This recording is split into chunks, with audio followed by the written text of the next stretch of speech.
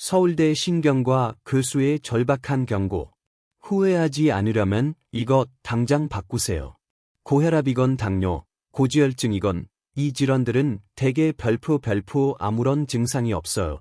별표 되게 심해질 때까지도 아무 증상이 없어요. 혈압이 200 가까이 돼도 모릅니다. 이염인자나 동맥경화가 있는 사람이 아무 증상이 없다가 갑자기 약을 먹으면서 어지러워졌어. 다리가 부었어. 그러면 바로 이렇게 생각합니다. 나는 이 약을 먹어서 건강을 해치고 있다. 이 의사가 돈 때문에 날 약을 처방하는구나 하고. 안타깝게도 굉장히 많은 유튜브 클립에서 이런 잘못된 정보들을 주고 있는 경우가 많은데요. 고혈압약을 제가 먹게 된 이유, 그리고 한국인 99%가 모르는 혈압약에 숨겨진 진실에 대해 말씀드리겠습니다. 한국인 99%가 모르는 혈압약에 숨겨진 진실. 약을 먹으면 나 평생 먹어야 되는 거 아닌가요? 라는 질문을 많이 받습니다. 이 말은 어떻게 보면 인과관계가 잘못된 얘기입니다.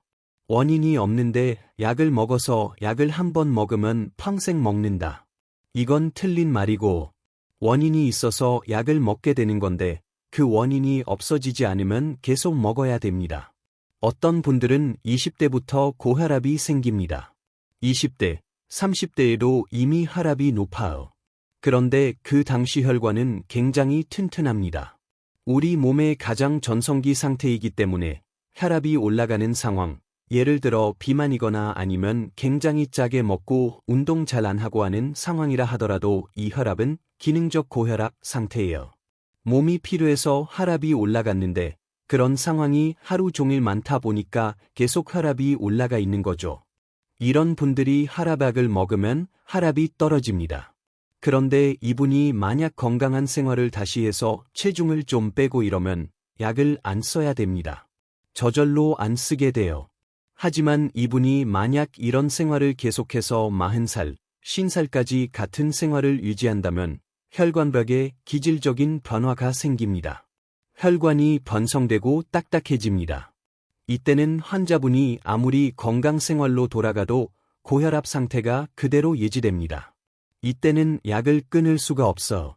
그러니까 이미 본인의 위험 요인이 어느 단계까지 왔느냐가 중요한 거죠. 이건 당뇨도 마찬가지예요. 본인이 당뇨가 생길 만한 굉장히 단 음식, 운동 부족과 비만 이런 것들이 겹쳐 있을 때 당뇨가 옵니다. 당뇨약을 급하게 먹을 수도 있어. 그런데 본인이 이걸 깨닫고 살도 빼고 운동을 하면 약을 안 써도 됩니다.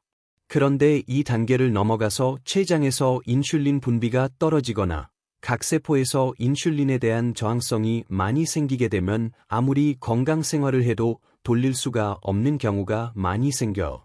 그래서 그 단계에서는 약을 시작해도 약을 끊을 수가 없습니다. 너무 건강을 신경 쓰지 않다가 이미 기질적인 고혈압이나 기질적인 당뇨인 상태에서 병원을 오시는 거예요.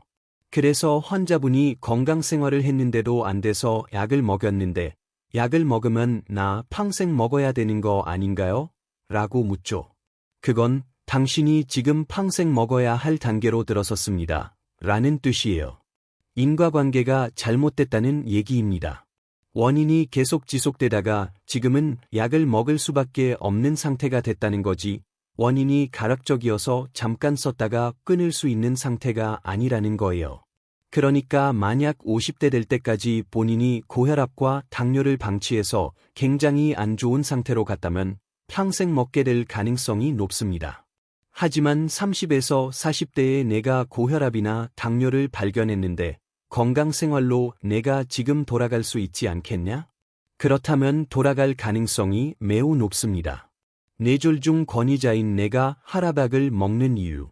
고혈압약을 제가 먹게 된 이유는 저희 애가 쪽이 아주 전형적인 심뇌혈관 질환 가족입니다. 거의 애가 쪽 모든 어르신들이 심장질환, 고혈압, 당뇨, 뇌졸중으로 일찍 돌아가셨고, 그래서 저는 어릴 때부터 애가 쪽으로부터 그 유전적인 소인을 많이 받았다고 생각했기 때문에 이것이 필연적으로 나에게도 오겠구나라고 각오하고 있었습니다. 나이가 30 넘어가면서부터 혈압을 자주 재기 시작했고, 140, 90을 넘어가는 수치가 자꾸 밑으로 떨어지지 않으면 약을 먹는 게 좋은데 저는 이제 140, 90을 넘어가기도 하고 130, 80을 넘어가는 상황들이 많아지면서 약을 복용하며 지내야겠다고 생각했습니다.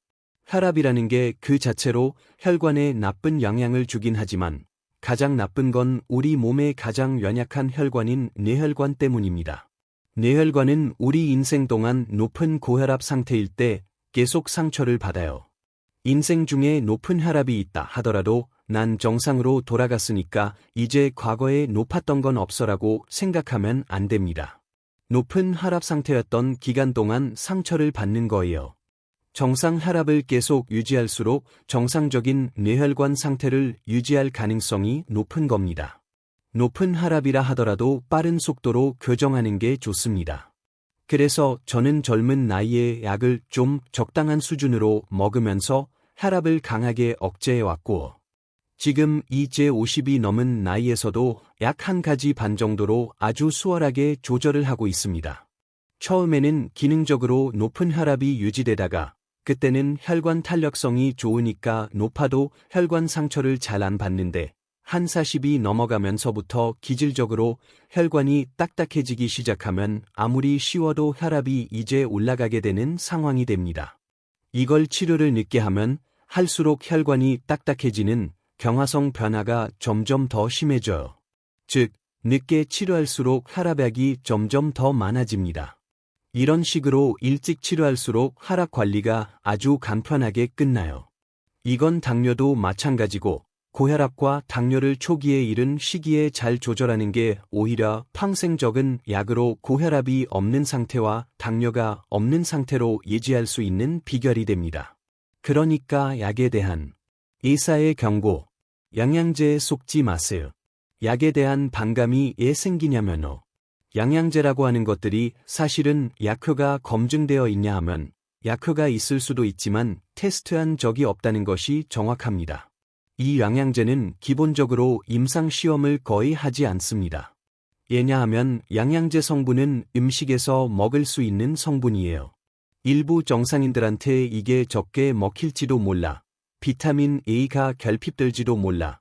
D, C가 결핍될지도 몰라 해서 음식물의 일부 성분을 농축한 겁니다. 정상인에 가까운 사람들은 영양제를 먹어도 됩니다. 본인이 할 수 있는 사치품 같은 거죠. 가방이 필요하면 사치품 가방을 쓰는 건 본인의 선택이잖아요.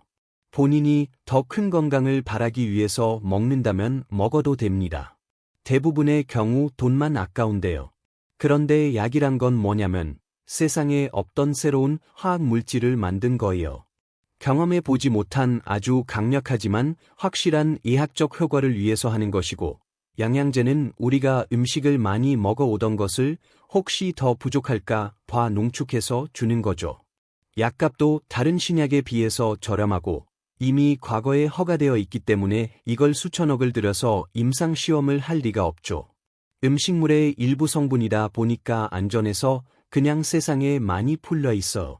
풀려 있다 보니까 장사꾼들이 많이 가지고 있게 되죠. 그럼 장사꾼들은 이걸 어떻게 팔아야 되느냐? 선전을 해야 됩니다. 그러다 보니까 이 영양분 성분을 과장 광고하거나 허용된 범위 내에서 굉장한 효과가 있는 것처럼 얘기할 수밖에 없게 돼요. 우리가 오히려 보험 기준에 들어간 치료 약물들은 한국 내 기준으로는 선전을 할 수가 없습니다. 여러분들이 제가 쓰는 약들을 방송 광고로 본 적이 없잖아요. 미국은 방송 광고를 합니다. 이런 보험 약품들을 다 광고해요. 일반인들도 저는 어떤 스타틴을 먹고 싶습니다. 이런 이야기를 의사들한테 할 수가 있어요. 다 광고에서 봤기 때문에. 근데 우리는 안 합니다. 환자들이 정보를 접할 수가 없죠. 오히려 접하는 건 전통 약물, 레거시 드러그, 영양제만 보고 옵니다. 그러다 보니까 이 영양제가 정말 좋다는데 아니면 자기 근처 약국 가서 아니 이거 하나 드시라고 하면서 들었던 약을 굉장히 중요한 약이라고 착각해서 오시는 경우가 많은 거죠. 이런 약들은 어떻게 보면 너무 쉽게 먹을 수 있기 때문에 굉장히 쉽게 생각하세요. 오히려 비싸고 불필요하게 연구도 안 된 영양제를 더 신경 쓰는 경우가 많습니다. 사실 우리나라가 과거부터 사실 보약에 대한 그런 선망이나 믿음은 전 세계가 다 있는 건데 그런 욕구가 지금 영양제로 다 넘어간 거죠. 그러다 보니까 내가 부모님을 위해서 외국 여행 갔다 오면 이제 뭐라도 사와야지 이렇게 생각을 하시는데 실제로 거기에 대한 임상 연구는 우리가 아스피린 정도의 몇십 원짜리 약물의 임상 시험에 비교해서 비교할 수 없을 정도로 아무것도 안 돼 있습니다.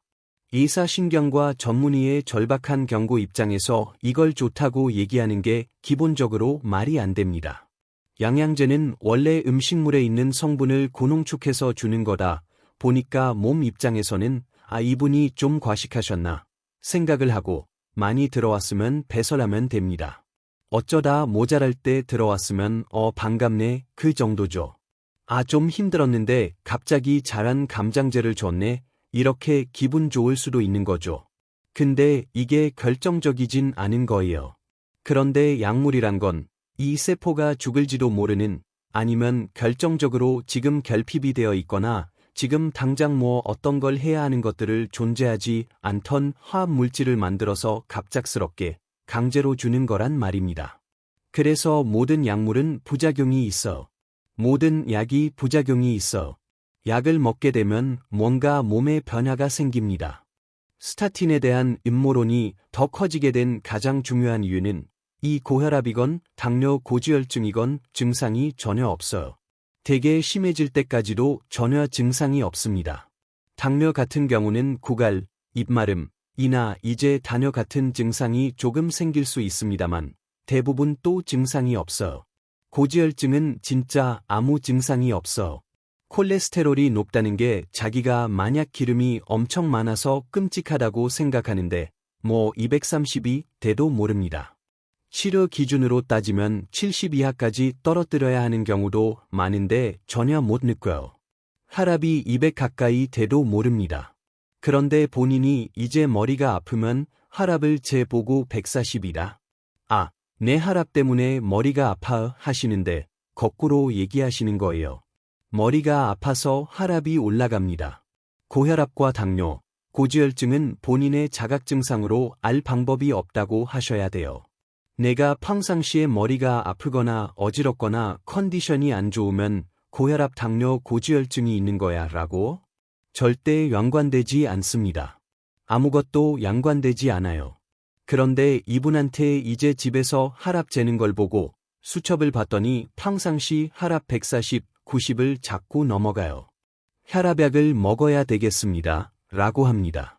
남녀 공이 혈압약을 먹게 되면 기립성 저혈압이 생길 수 있어서 앉았다 일어날 때 어지러울 수가 있고 어떤 혈압약은 기침이 나기도 하고 다리가 붓기도 하고 남자 같은 경우에는 발기라고 하는 성생활에서 굉장히 중요한 능력이 혈압에 의해서 올라가는 거기 때문에 그 능력이 초기에 많이 떨어집니다. 처음에 일시적으로 오는 것이고 그 다음 적응되다 보면 달라질 수 있는 부분인데도 10년, 20년 내 건강을 포기하고 지금 당장의 본인이 몸에 느끼는 증상만 생각하시면서 그렇게 되는 경우가 많죠. 그런데 본인이 약을 먹으면 고혈압, 당뇨, 고지혈증, 이게 아무 증상도 없고 심지어 동맥경화도 증상이 없기 때문에 나는 멀쩡했는데 나를 왜 약을 먹이냐 했는데 부작용을 느끼기 시작하죠. 의사가 날 죽이려고 하는구나. 그러니까 난 이 약을 먹으면서 몸이 안 좋아지는 걸 느끼고 있어. 자기는 몸이 멀쩡했는데 갑자기 검사를 했더니 되게 안 좋다고 하고 위험하다고 해서 약을 먹였는데 그 약 때문에 내가 힘들어. 그 약을 거부하게 되는 거죠. 약이라는 게 난 부작용이 없는 약을 다오. 그런 약은 없습니다. 모든 약은 부작용이 있어. 그걸 이제 환자분한테 감당할 수 있게 줘야 되는 거죠. 예전에 파라켈수스라는 연금술사가 있었는데요. 굉장히 유명한 명언을 남긴 게 있습니다. 제약이나 양리학에서 굉장히 중요한 명언인데 세상에 독은 없다. 용량이 독과 약을 결정한다. 어떤 화학 성분이건 환자한테 필요한 만큼 주면 약이 되고 과하게 주면 독이 된다는 뜻이에요. 대마조차 환자한테 적당한 성분을 주면 약이 됩니다. 모든 화학 성분들을 이걸 슬기롭게 환자들한테 줄 수 있을 만한 성분과 그 용량과 그런 것들을 결정하는 과정들이 다 임상시험에 녹아 있는 거기 때문에 그 과정에서 어떤 부작용이 나온다는 것도 다 알고 있어. 환자분에 따라서 그 부작용을 미리 설명하기도 하고 안 하기도 합니다. 의료의 기술이거든요. 그러니까 환자분들한테 설명을 하면 그것 때문에 약을 못 먹는 분도 있어서 그래서 나중에 와서 내가 이런 게 불편하다. 그러면 그건 부작용입니다. 라고 얘기하면 서로 담담하게 얘기해야 됩니다. 이 의사가 날 죽이려고 해서 약을 준 게 아니고 환자분을 생각해서 일부러 얘기를 안 한 걸 수도 있고 얘기를 해서 반드시 각오하고 드셔라 이럴 수도 있습니다. 꼭 먹어야 하는 약은 진짜 목숨 걸고 드셔야 됩니다. 거기에는 다 수명과 환자분이 나중에 맞이할 상황을 다 증명하는 수만 명, 수십만 명, 수백만 명의 데이터가 있는 거예요. 그래서 치료제로 보험 적용된 그런 약물에 대해서 굉장히 중요하게 생각하셔야 되고 그 부작용을 내가 감당하면서 이 약의 좋은 점을 내가 얻어야 된다는 생각을 하셔야 하거든요. 그런데 약간 괴로워하면서 그 약을 먹으면 고혈압, 당뇨, 고지혈증이 없는 것처럼 살 수 있게 만들어 놨어요. 이미 실제 나중에 10년, 20년 뒤에 내가 치매 걸리지 않겠구나, 뇌졸중 걸리지 않겠구나, 급사하지 않겠구나. 그것을 기대하고 먹는다면 지금의 약간 불편함을 적응하면서 오히려 즐겁게 먹을 수도 있는데 영양제는 기본적으로 밥에서도 먹는 거기 때문에 기본적으로 아무 부작용이 없어요. 그러니까 오히려 본인 컨디션에 따라서 오늘 내가 컨디션이 좋다고 하면 영양제 때문에 좋다고 착각을 하시면서 이 영양제를 계속 먹어야겠다고 스스로 긍정적인 피드백을 주는 경우가 있는데 이게 과학적인 태도가 아닙니다. 꼭 필요한 약은 잘 드시면서 지내야 된다고 저는 생각합니다. 제약사 음모론의 실체. 용기 내서 말합니다. 대부분의 임상시험은 1990년대 후반부터 2000년대 대부분 진행이 됐어요. 과학적으로 효과가 있는지들을 이제 판단하기 시작했습니다. 그런데 그 과정에서 이제 기재기관이 제약회사에 줄 수 있는 당근은 그 전 단계인 신약 허가까지 적어도 수백억에서 수천억, 심지어 조 단위까지 넘어가는 비용이 듭니다. 이 비용을 제약회사는 전혀 소득이 없는 상태로 지금 투자를 해왔기 때문에 허가를 받은 다음엔 제약회사가 허가를 받은 범위 내에서 최선을 다해서 여기에 대한 장사를 하게 됩니다. 의사 입장에서는 환자와 제약회사 가운데 중재자로서 최첨단 의학 지식을 완전히 다 준비한 상태에서 줘야 할 약과 안 줘야 할 약, 적당히 줘야 할 약 이런 것들을 잘 해야 하는 거죠. 하지만 일부 몰지각한 의사들이나 잘못된 리베이트, 로비 여러 가지 등등에 의해서 실제 약물이 남용되거나 과용되는 것이 전 세계적인 문제이기도 합니다. 하지만 그게 우리나라가 제일 문제예요. 이게 왜 그런 문제가 생기냐면 서유럽권은 기본적으로 의료보험이 환자가 병원에 갔을 때 돈을 내지 않습니다. 물론 이제 진료가 워낙 늦게 오래 걸린다는 단점들이 있게 되고 미국 같은 경우는 사보험으로 되어 있어서 사보험을 평상시 얼마나 많이 내느냐에 따라 결정이 나긴 하지만 일단 그 사보험을 들고 있으면 아무튼 미국에서도 병원에 갔을 때 대부분의 돈을 내지 않습니다. 물론 이제 치료에 따라서 비용을 더 내게 되는 경우들이 생기긴 하죠. 기본적으로 환자가 정말 결정적인 뇌졸중 같은 병이 와서 일단 병원에 왔다. 그러면 서유럽권이나 미국에서는 돈을 내지 않고 나옵니다. 그러면 의사는 자기가 줄 수 있는 범위 내에서 다 확실한 처방을 하겠죠. 근데 우리나라는 기본적으로 보험이 할인보험이에요. 병원을 가면 돈을 내야 합니다. 보험 수가라는 게 환자가 자기 부담금이라는 게 반드시 있어. 그리고 행위별 수가제라고 해서 의사가 여러 행위를 할수록 더 많은 돈을 벌게 돼요. 그러니까 의사가 환자한테 약을 더 많이 줄수록 여러 행위를 할수록 의사가 이익을 얻게 되는 그런 허점 같은 것들이 있습니다. 물론 이것도 장점은 있는 게 워낙 행위별 수가제로 되어 있지만 우리나라가 워낙 저수가제여서 이거 다 모아봤자 아까 말씀드린 미국이나 서유럽 같은 것에 비할 바도 안 되거든요. 미국이나 서유럽 같은 경우는 환자들한테 돈을 받는 게 아니기 때문에 어차피 어떤 치료를 하든 자기가 소신 있게 치료를 하면 돼요. 근데 우리나라는 환자한테 어떤 치료를 하는 것들이 본인한테 더 이득이 갈 수 있는 상황도 생길 수가 있고, 그러다 보니까 더 취약하게 되죠. 그러다 보니까 이제 제약회사의 로비나 이런 걸 받아서 약을 더 처방하는 상황이 생긴다고 안 할 수 없습니다. 그리고 실제 2000년대에 그런 임상시험과 함께 증거를 가진 약들이 마구 쏟아져 나오면서 의사 입장에서는 오히려 당당하게 그 약을 쓸 수 있는 상황이 된 거죠. 다만 그 약을 먹어야 하는 사람이 그 약을 처방받는 건 전혀 문제가 되지 않는데, 뇌졸중 환자는 무조건 약을 먹어야 하는데, 아니면 뇌졸중이 굉장히 위험한 사람은, 동맥경화가 심한 사람은 먹어야 하는데, 증거가 애매한 환자들도 있습니다. 위험 요인만 갖고 있는 사람들은 어느 정도 적극적으로 할 거냐?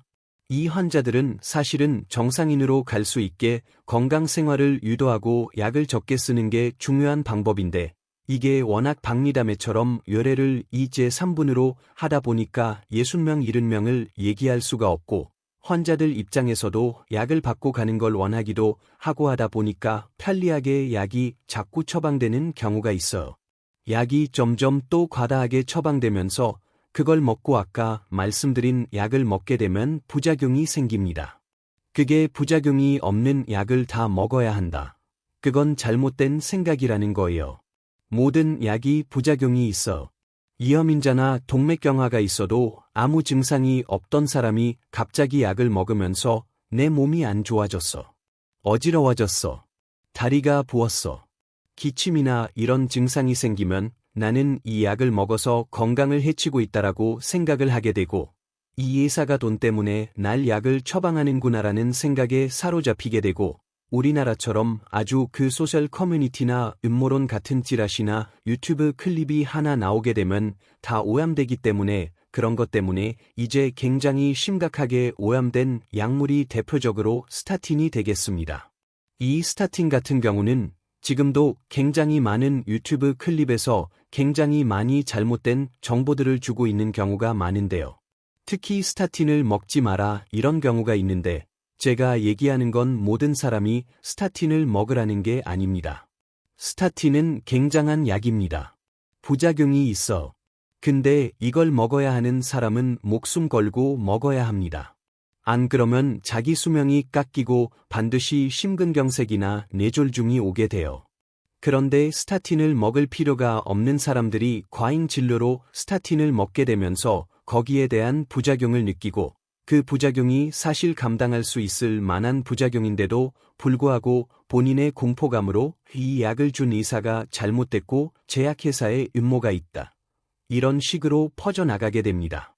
사실 정상인이거나 약간 위험인자만 있는 사람에게 그런 약을 줄 때는 더 조심해서 줘야 합니다. 그런데 남용되는 게 분명히 잘못되는 부분이 있는 거고, 본인이 만약에 환자라면 남용을 생각할 단계가 아니고 어떻게든 약을 먹어서 이 다음의 위기를 막아야 한다고 생각하셔야 하는 거고, 본인이 진짜 지금 현재 몸 혈관 건강 상태가 굉장히 정상인이거나 가벼운 수준이다. 그렇다면 약을 의사와 여러 가지 밀당을 하면서 대화를 하시면서 약을 슬기롭게 드시는 게 중요하다고 볼 수 있겠습니다.